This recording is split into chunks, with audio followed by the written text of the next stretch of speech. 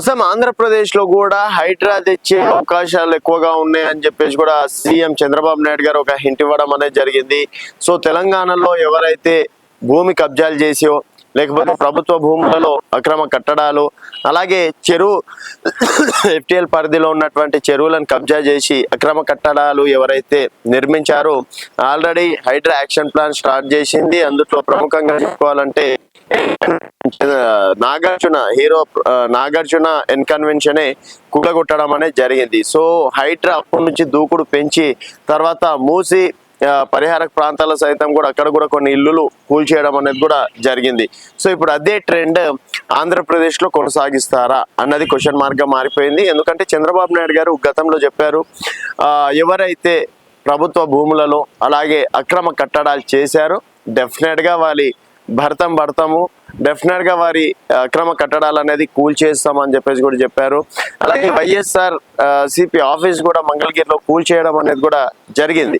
So ఈ విధంగా ఇక్కడ ఆల్రెడీ ఎవరన్నా రియల్ ఎస్టేట్ వ్యాపారులు లేకపోతే అక్రమ కట్టడాలు ఎవరైతే చేద్దాం అనుకుంటుండ్రో ఆల్రెడీ ఇక్కడ హైదరాబాద్ పరిసర ప్రాంతాల్లో కూడా భయం మొదలైంది.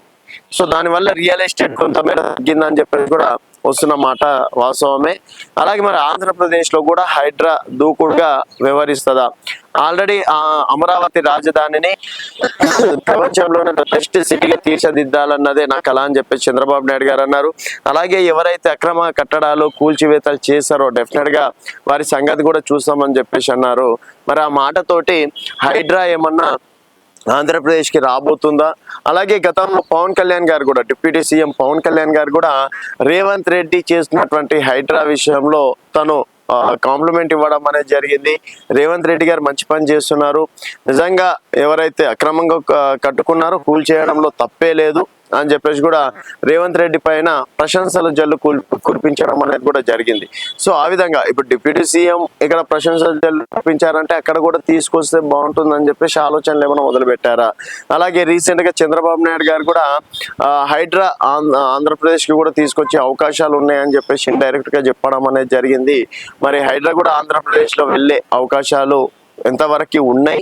అండ్ ఇక్కడ తెలంగాణలో మాత్రం విపక్షాలు ప్రతిపక్షాలు విమర్శిస్తున్నాయి, దీనివల్ల హైదరాబాద్ బ్రాండ్ ఇమేజ్ పోయింది, పెట్టుబడిదారులు ఎవరు రావట్లేదు, అందరు భయపడుతున్నారు అని చెప్పేసి.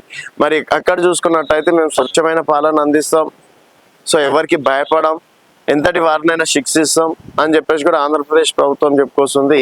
సో మరి రేవంత్ బాటలో చంద్రబాబు నాయుడు ఏమన్నా నడవబోతున్నాడా లేదా అనేది వేచి చూడాల్సిన విషయం. మరి హైడ్రా ఆంధ్రప్రదేశ్ లో వస్తే ఎంతవరకు కూటమి ప్రభుత్వానికి మేలు జరిగే అవకాశం ఉంటుంది అనేది మీ అభిప్రాయాల కింద కామెంట్ రూపంలో తెలియజేయండి. చూస్తూనే ఉండండి తెలంగాణ వెలుగు.